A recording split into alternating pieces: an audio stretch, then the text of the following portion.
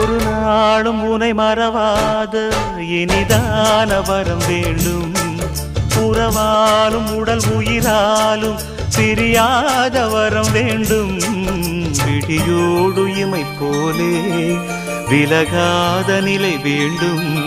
இணையான இளமானே துணையான இளமானே, இணையான இளமானே துணையான இளமானே.